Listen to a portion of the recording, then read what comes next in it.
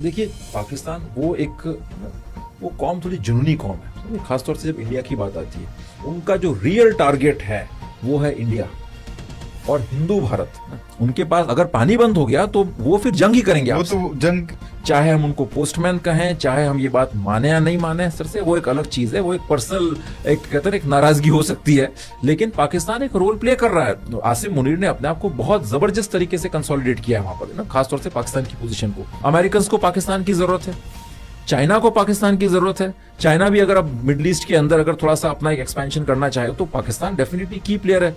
तो ऐसी स्थिति के अंदर अगर भारत पाकिस्तान के बीच में कोई एस्केलेशन हो जाता है, युद्ध जैसी स्थिति बन जाती है, तो ग्लोबल डिप्लोमेटिक कम्युनिटी में आप अकेले पड़ सकते हैं। जो रियल टाइम इंटेलिजेंस जो उनको मिल रही थी उसके बेसिस पर उन्होंने beyond visual range missiles fire की और हमारे जहाज जो है ना, हमारी अपनी टेरिटरी के अंदर भी वो जहाज गिराए। तो हम अपने खुद के हमारे पीएनटी सिस्टम के बिना क्या करेंगे? एटॉमिक क्लॉक से आपकी काम नहीं कर रही, आप प्रोक्योर नहीं कर पा रहे, आपके पास अपना जीपीएस सिस्टम ही नहीं है, तो आप करेंगे कैसे उसको? तो रूस भी आपकी मदद जो है वो एक सीमा के बाहर जाकर के नहीं करेगा अभी। और ना जो स्थितियां बन रही है उसमें पाकिस्तान की इंपॉर्टेंस मिडिल ईस्ट में और बढ़ेगी, और चाइना भी ऑपरेट करेगा मिडिल ईस्ट में, तो उसमें भी पाकिस्तान का बड़ा एक क्रिटिकल रोल होगा। पाकिस्तान का रोल बड़ा इंपॉर्टेंट हो जाता है, पाकिस्तान का रोल बड़ा क्रिटिकल हो जाता है उसके अंदर, तो वो पाकिस्तान ही प्रोवाइड कर सकता है। एक फर्क है उनमें और हमें, वो अब एक लॉन्ग टर्म के हिसाब से देख रहे हैं, लेकिन हमारी तरफ से अभी भी वही शॉर्ट टर्म टैक्टिकल एडहोक और काइनेटिक सोच चल रही है। उनके पास तो न तो वो स्किल्स हैं, ना वो ऑर्गेनाइजेशनल मैन पावर है, इंक्लूडिंग आप आईबी भी ले लीजिए, और लेकिन आईबी की ब्लंडर्स और गलतियां उसके बारे में मैं क्या ही कहूं आपको। कम्युनिकेशंस होते हैं गेमिंग एप्लीकेशंस के ऊपर, डेटिंग एप्स के ऊपर, वहां तो इनके कम्युनिकेशंस होते हैं, जैसे पब्लिक सड़कों पर हो सकता है वो उनको मोबिलाइज करके जो है ना कुछ मैसिव सोशल अनरेस्ट करवाएं। आप इंटरनली जो है ऑक्यूपाइड हो जाएंगे।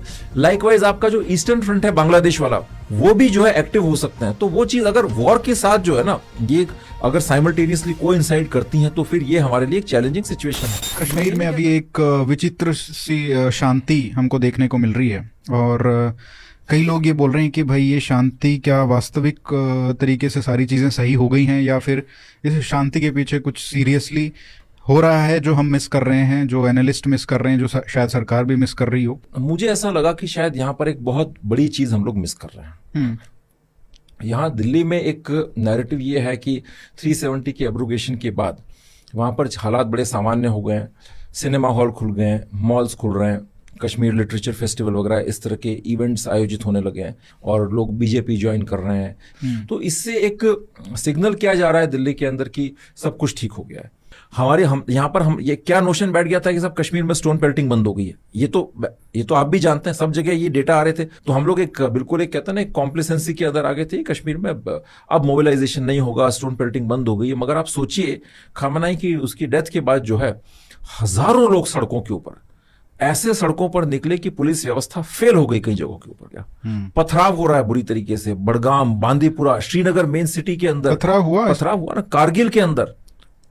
ये कई बातें जो है यहाँ पर अलग तरीके से प्रोजेक्ट की जाएंगी कि यहाँ पर जो है आपका वहां पर ऐसा पथराव नहीं हुआ, ये एक शांतिपूर्ण जुलूस थे, और ये सारी की सारी चीजें जो है एंटी इंडिया नहीं है, इसलिए इंडिया को इससे घबराने की जरूरत नहीं है, ये प्योरली एक रिलीजियस सिंबलिज्म है। लेकिन नहीं, आपको इनके पीछे जाकर के देखनी पड़ेंगी चीजें। और मेरा तो कई पुलिस अफसरों से मेरी बातचीत हुई, मैं ऐसे अफसरों से भी मिला जिनको पत्थर लगे और पत्थर के निशान भी उन्होंने मुझे दिखाए। ठीक है, अच्छा। तो वो बड़े डिस्टर्ब थे इन चीजों से कि ऐसा क्यों हो गया। तो ये क्यों छुपाया जा रहा है? छुपाने का तो देखिए बात ये कि फिर कहीं ना कहीं एक नैरेटिव भी, तो आप जो नैरेटिव प्रोजेक्ट करना चाहते हैं उसमें डेंट आता है ना उसके अंदर ये चीजें।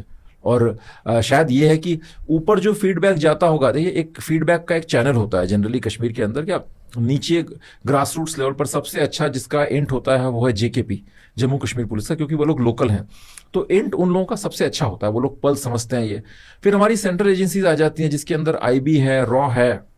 अब इनका रॉ का थोड़ा सा वहां पर स्कोप बड़ा एक लिमिटेड है, वो मोस्टली फॉरेन एस्पेक्ट से ज्यादा डील करते हैं, बट आईबी का बड़ा एक व्यापक स्कोप है। आईबी शुरू से डील करती आ रही है कश्मीर के अंदर, लेकिन आईबी की ब्लंडर्स और गलतियां उसके बारे में मैं क्या ही कहूं आपको, तो सब जानते हैं कैसे से शुरू से क्या रहा, उनका पूरा सिस्टम क्या रहा है। तो नीचे उनका एक जो बेस है चीजों का, वो एक आप एक पहली बात तो वो इतना इफेक्टिव है नहीं रही है। दूसरा, जो लोग उनको फीडबैक देते हैं आकर के, वो सब ड्यूबियस टाइप के लोग हैं आकर के, और वो आपको टोपी पहनाते रहते हैं, आकर के, और उनका जो स्ट्रक्चरिंग है आईबी के अंदर, टॉप लेवल पर जनरली एक आईपीएस ऑफिसर वहां पोस्ट होता है जो बाहर से आता है, जिसका आप किसी स्टेट के अंदर आप कभी कोई डिस्ट्रिक्ट चला रहे हैं, कोई आईजी है क्या है, उसके बाद आप आईबी में चले जाते हैं, तो आप जिन असाइनमेंट्स पर लगते हैं तो वो आपको उसका एक्सपीरियंस नहीं, आपको उस तरह की कॉन्फ्लिक्ट जोन की अंडरस्टैंडिंग नहीं है। जो नीचे जो अफसर्स आते हैं, कोई राजस्थान का है तो कोई एमपी का है, कोई गुजरात का है, जिसको लैंग्वेज कल्चर का कुछ आइडिया नहीं है, वो वहां पर जाता है, उसको उसका जो प्रीडेसेसर था वो पुराने एसेट्स दे देता है कि ये आपको खबर देंगे। वो सारे के सारे आइडेंटिफाइड लोग हैं, उनको पता है कि क्या फीड करना है जिससे पैसा मिलता रहेगा, और सारा जो है ना मिसलीडिंग करते रहते हैं। जब तक वो उसको समझता है उस कॉन्फ्लिक्ट को, तब तक उसका ट्रांसफर हो जाता है। अभी ये अजीत डोभाल जैसे इतने महान जो इंटेलिजेंस ब्यूरो में रहे, डायरेक्टर भी रहे, और अभी तो वो और भी उनका जो नेशनल सिक्योरिटी एडवाइजर भी हैं, तो वो उनको नहीं पता है कि ये किस तरीके के लोग हैं जो वहाँ पे जा रहे हैं या कश्मीर में, तो किस तरीके की इंफॉर्मेशन फीड की जा रही है ऐसे लोगों को, आईपीएस ऑफिसर्स या और इंटेलिजेंस ब्यूरो के लोग जिनको कोई एक्सपीरियंस नहीं है, कोई नॉलेज नहीं है और कोई इंटरेस्ट भी नहीं है शायद। तो ये मेरा अजम्पशन तो यही होगा ना इसमें कि भाई कश्मीर हमारे लिए तो सबसे सेंसिटिव, सबसे इंपॉर्टेंट एरिया है, तो जो देश के सबसे इंटेलिजेंस ब्यूरो के और इंटेलिजेंस में सबसे पीक पे जो काम करने वाले लोग हैं, एबिलिटी के लोग हैं, टैलेंट के लोग हैं, उनको भेजा जाता होगा।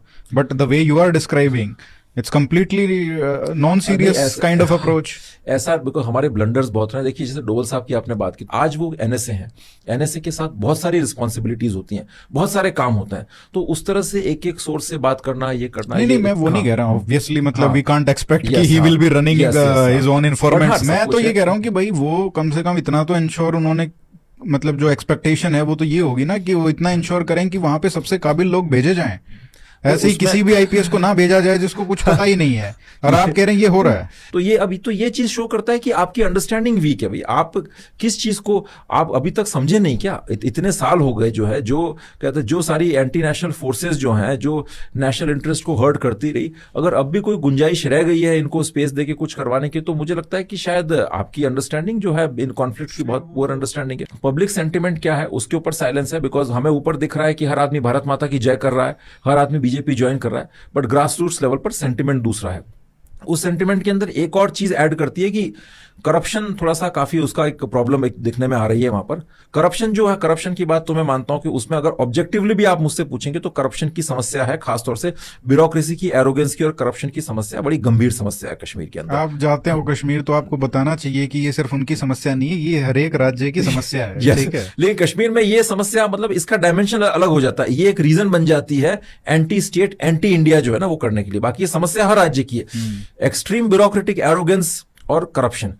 एम्प्लॉयमेंट में यहां पर सारे जो है नॉन कश्मीरीज डोमिनेट कर रहे हैं, हमको नहीं दिया जा रहा। ठीक है, जो कॉन्ट्रैक्ट्स मिल रहे हैं आपके बिजनेस के और भी कई सारे, वो सारे बाहर वालों को मिल रहे हैं, स्टेट के बाहर वालों को। तो इस्लाम के अंदर क्या है, पूरा इस्लाम जो है ना रिलीजियस सिस्टम एग्जिस्ट करता है टू हेल्प द मुस्तजफीन, मतलब जो ऑप्रेस्ड लोग हैं उनकी मदद के लिए और लड़ाई करने के लिए उनके हक में, ये एक नैरेटिव दिया जाता है। और इसका इस्लाम के अंदर बड़ी एक बहुत ज्यादा बड़ी इंपॉर्टेंस है, मतलब जो है ना कि आपको मजलूम के हक में लड़ना है, ये करना है। तो अब ये लोग मोबिलाइज होंगे, ठीक है, लोगों के सामने जब ये बात जाएगी भाई हमारी नौकरियां बाहर वाले ले गए, हमारे रिसोर्सेज बाहर वाले ले गए, तो वो जब पब्लिक सोशल अनरेस्ट होगा, ऐसे केसेस, ये सारी चीजें लोगों को मोबिलाइज करने में मदद करेंगी।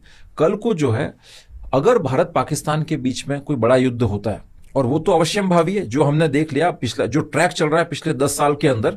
अभी कई लोग बोल रहे हैं सर ऑपरेशन सिंदूर के बाद से कि हमने जब से इंडस वाटर ट्रीटी का थ्रेट दिया और हमने उस पर काम करना शुरू किया है, तो पाकिस्तान डर गया है एक तरीके से, हालांकि वो दिखा नहीं रहा है, लेकिन अब वो अटैक नहीं कर रहा है। पिछले एक साल में उसने ऐसा कोई अटैक नहीं करने की कोशिश की है। तो ये एक एक्सक्यूज की तरीके से बताया जा रहा है कि भाई अब वो उसका जो बिहेवियर है उसमें चेंज आया है। But we know for a fact कि जो लाल किले पे जो ब्लास्ट हुआ और जो पूरी कॉन्स्पिरेसी थी उसके पीछे पाकिस्तान का हाथ था। हमने कुछ नहीं किया, हमने तो मेंशन भी नहीं किया, कोई अब सवाल भी नहीं पूछता है। लेकिन प्रधानमंत्री ने बोला था कि हम अगर पाकिस्तान ऐसा दोबारा करेगा, इसलिए हम ऑपरेशन सिंदूर रोक रहे हैं, क्योंकि अभी हमारा ये वार्निंग है कि अभी दोबारा करेगा तो फिर हम करेंगे, रिज्यूम करेंगे। अभी ऑपरेशन सिंदूर पोज किया गया, खत्म नहीं किया गया, कोई रिज्यूम नहीं हुआ, बात भी नहीं हुई कि भाई वो ओपनली बता दो, कुछ थ्रेट ही दे दो कि क्यों किया तुमने ये लाल किले वाला। खैर वो भी छोड़ दीजिए, अभी भी यही बोला जा रहा है कि अभी कोई भी बड़ा काम नहीं करने वाला है पाकिस्तान। देखिए, पाकिस्तान वो कौम थोड़ी जुनूनी कौम है, समझे, खासतौर से जब इंडिया की बात आती है। वो कितना भी वेस्ट एशिया वगैरह कुछ भी कर ले वहां पर, मैं आपको बता रहा हूं, उनका जो रियल टारगेट है, जो रियल टारगेट जिससे पैथोलॉजिकल हेट्रेड जो कहता है ना, क्या सर से ना, डीप रूटेड इनग्रेन्ड हेट्रेड, वो है इंडिया और हिंदू भारत। और ये अब ये चीज उनके लिए पूरी तरह से जस्टिफाइड हो जाती है, बिकॉज मतलब हम भी एक अलग ट्रेजेक्टरी पर जा रहे हैं यहाँ पर। 2014 के बाद से we have a Hindu nationalist government और यहाँ पर एक हिंदू रिवाइवलिज्म भी हो रहा है। तो अब वो उनके बिल्कुल उसमें कहता है ना पैरामीटर्स में, उस फ्रेमवर्क में बिल्कुल फिट बैठती है। ये इंदस वाटर्स हो गया, जो बलूच में जो प्रॉब्लम्स चल रही है, ये छोटी मोटी टेक्टिकल हर्डल्स हैं उनके लिए, ठीक है ना। बट पानी बंद हो गया तो कैसे जिएंगे वो? पानी बंद हो गया, आप देखिए वो तो मैं आपको एक चीज बताता हूं, आपने देखा दुनिया के अंदर ईरान जो कि पिछले 40 साल से सैंक्शंस फेस कर रहा था, economically dysfunctional and debilitated economy, क्या उसने दो न्यूक्लियर पावर्स की नाक में दम करके रखा हुआ है। तो यहां पर भी मैं बात जंग की कर रहा हूं, ठीक है। पानी बंद हो गया तो उनको परेशानी आएगी, लेकिन अगर जंग ही हो गई ना उनके पास, अगर पानी बंद हो गया तो वो फिर जंग ही करेंगे वो आपसे। तो जंग, ठीक है, वो तो बन ही गया उनका, तो उन्होंने बोल ही दिया है कि वो तो हमारा जंग का कारण होगा। तो फिर फाइनल वॉर करेंगे आपसे। और अगर वॉर करेंगे तो उसमें क्या सिनेरियो बन सकता है, उसमें सिनेरियो ये बन सकता है कि इस फ्रंट पर वॉर इस बार पूरे हर तरह से वॉर होगा, ठीक है। हमने ऑप सिंदूर में भी देखा कि राजस्थान तक में भी ड्रोन्स आए, अंदर गिरे हैं। तो पूरा आपका वेस्टर्न फ्रंट ऑक्यूपाई होगा और उसमें कश्मीर के अंदर, खास तौर से पंजाब और मेनली कश्मीर के अंदर, तो पब्लिक सड़कों पर हो सकता है वो उनको मोबिलाइज करके जो है ना कुछ मैसिव सोशल अनरेस्ट करवाएं, जिससे कि ट्रूप मूवमेंट के अंदर बहुत बड़ा ऑब्स्ट्रक्शन क्रिएट हो, लॉजिस्टिक्स में, ट्रूप मूवमेंट के अंदर। लाइकवाइज पंजाब के अंदर भी इस तरह की कोई चीज करवा सकते हैं जिसमें टेरर अटैक्स हो सकते हैं, कोऑर्डिनेटेड टेरर अटैक्स, कोऑर्डिनेटेड वे के अंदर ट्रूप मूवमेंट, आपका सोशल अनरेस्ट। अब सोशल अनरेस्ट और साथ में स्पोरेडिक टेरर अटैक्स एक साथ अलग अलग जगह के ऊपर, वो चीजें अगर क्रिएट होती हैं तो फोर्सेस के मूवमेंट में दिक्कत आती है, आप इंटरनली जो है ऑक्यूपाइड हो जाएंगे। लाइकवाइज आपका जो ईस्टर्न फ्रंट है बांग्लादेश वाला, वहां पर अगर चीजें डिस्टर्ब हो गई, मैसिव सोशल रेजिस्टेंस खड़ा हो गया, अभी बंगाल में बीजेपी की सरकार बनी है, तो उस साइड में भी ये इनके टेररिस्ट ऑर्गेनाइजेशंस को लेकर के कुछ बलवा कर सकते हैं, इंसर्जेंट्स जो हैं उनको लेकर के कुछ जो ये उत्पात मचा सकते हैं, और इंटरनल अनरेस्ट। और उसके अलावा रेस्ट ऑफ द कंट्री के अंदर जिस तरह से पोलराइजेशन अभी बढ़ रहा है हमारे कंट्री के अंदर, तो उसके हिसाब से जो अलग अलग भाग में जो कोवर्ट सेल्स बन रही हैं, लोकल जिहादिस्ट नेटवर्क्स बढ़ रहे हैं, वो भी जो है एक्टिव हो सकते हैं। तो वो चीज अगर वॉर के साथ जो है ना, ये अगर साइमल्टेनियसली कोइंसाइड करती हैं तो फिर ये हमारे लिए एक चैलेंजिंग सिचुएशन है। और दूसरी, और ये संभव है, मतलब ये चीज जो है ना, देखिए जिस आज एक कोई मस्जिद या मॉस्क को लेकर कोई फैसला आता है, लोग सड़कों पर निकल आते हैं, छोटे से शहर में कम्युनल राइट हो जाता है, पूरी की पूरी पुलिस और सिक्योरिटी फोर्सेज ऑक्यूपाई हो जाती हैं। तो ये चीजें, अब जो माहौल बन रहा है वो सारी की सारी चीजें कैटलॉग की जा रही है कि साहब धार में जो फैसला आया एंटी मुस्लिम था, वहां जो चीज हुई बंगाल में एंटी मुस्लिम ड्राइव चल रही है, ये बुलडोजर गिराया जा रहा है। पूरा मैप आउट करो पूरे इंडिया को, कि रेडिकलाइजेशन इंडेक्स बनाओ हर डिस्ट्रिक्ट का, और तो ये सारी जो सेल निकल रही है इससे आप लाइव आप देख सकते हो कि कहाँ रेडिकलाइजेशन ज्यादा है, वहां पे टैकल करने की जरूरत है। बट लेकिन वो कर नहीं रहे हम। उसमें फिर बात वही आ जाती है कि आपकी जो इंटेलिजेंस मशीनरी है उसका कंप्लीट ओवरहॉल करना पड़ेगा आपको जो है ना उसमें एक कहता है प्रोफेशनल एफिशिएंसी लानी पड़ेगी। इमेजिन करिए आप दूसरे स्टेट्स जैसे कि राजस्थान हो गया, हरियाणा, मध्य प्रदेश, आंध्र प्रदेश, तो इन स्टेट्स के अंदर पर्टिकुलर जो पुलिस रिलेटेड जो इंटेलिजेंस ऑर्गेनाइजेशंस है, उनके पास तो न तो वो स्किल्स हैं, ना वो ऑर्गेनाइजेशनल मैन पावर है, इंक्लूडिंग आप आईबीबी ले लीजिए। और अभी ये लोग जिस तरह से काम कर रहे हैं तो बहुत ही टेक्नोलॉजिकली बहुत साउंड हैं, सारे इनके जो कम्युनिकेशंस होते हैं गेमिंग एप्लीकेशंस के ऊपर, डेटिंग एप्स के ऊपर, वहां तो इनके कम्युनिकेशंस होते हैं। इसमें आप एक और चीज जोड़िए, पाकिस्तान अभी डिप्लोमेटिकली बहुत स्ट्रांग है ग्लोबली। देखिए पाकिस्तान वेस्ट एशिया के नेगोशिएशंस में एक क्रिटिकल रोल प्ले कर रहा है, चाहे हम उनको पोस्टमैन कहें, चाहे हम ये बात माने या नहीं माने, सर से वो एक अलग चीज है, वो एक पर्सनल एक कहते हैं एक नाराजगी हो सकती है, लेकिन पाकिस्तान एक रोल प्ले कर रहा है। आसिम मुनीर ने अपने आप को बहुत जबरदस्त तरीके से कंसोलिडेट किया है वहां पर ना, खासतौर से पाकिस्तान की पोजीशन को। वो ईरान और इसके बीच में जो नेगोशिएशंस का जो काम है उसका क्रिटिकल कहते हैं एक सेंटर पॉइंट पाकिस्तान है। अमेरिकन को पाकिस्तान की जरूरत है, चाइना को पाकिस्तान की जरूरत है। चाइना भी अगर अब मिडिल ईस्ट के अंदर अगर थोड़ा सा अपना एक एक्सपेंशन करना चाहे तो पाकिस्तान डेफिनेटली की प्लेयर है। अगर अमेरिकन को इसको वो एक एग्जिट स्ट्रैटेजी ढूंढ रहे हैं तो उनकी मजबूरियां बहुत ज्यादा हैं और डिपेंडेंस पाकिस्तान पर काफी ज्यादा है। सऊदी के साथ पाकिस्तान की जबरदस्त दोस्ती है, तुर्की के साथ उनके बड़े गहरे ताल्लुकात हैं। हमने तो देखा ही तुर्की वाले क्या कर रहे थे, टर्की वाले जो ऑप सिंदूर के अंदर मदद कर रहे थे पाकिस्तान की। तो ऐसी स्थिति के अंदर अगर भारत पाकिस्तान के बीच में कोई एस्केलेशन हो जाता है, युद्ध जैसी स्थिति बन जाती है, तो ग्लोबल डिप्लोमेटिक कम्युनिटी में आप अकेले पड़ सकते हैं। आपके साथ कोई खास वो तो अभी भी अकेले ही थे, अभी भी अकेले ही थे, सिंदूर में भी अकेले ही थे। और उसके साथ आप मिला लीजिए जो मैंने पूरा जो इंटरनल अनरेस्ट का जो सिनेरियो क्रिएट किया, तो आप सोचिए हमारी क्या स्थिति रहेगी। फिर एक और चीज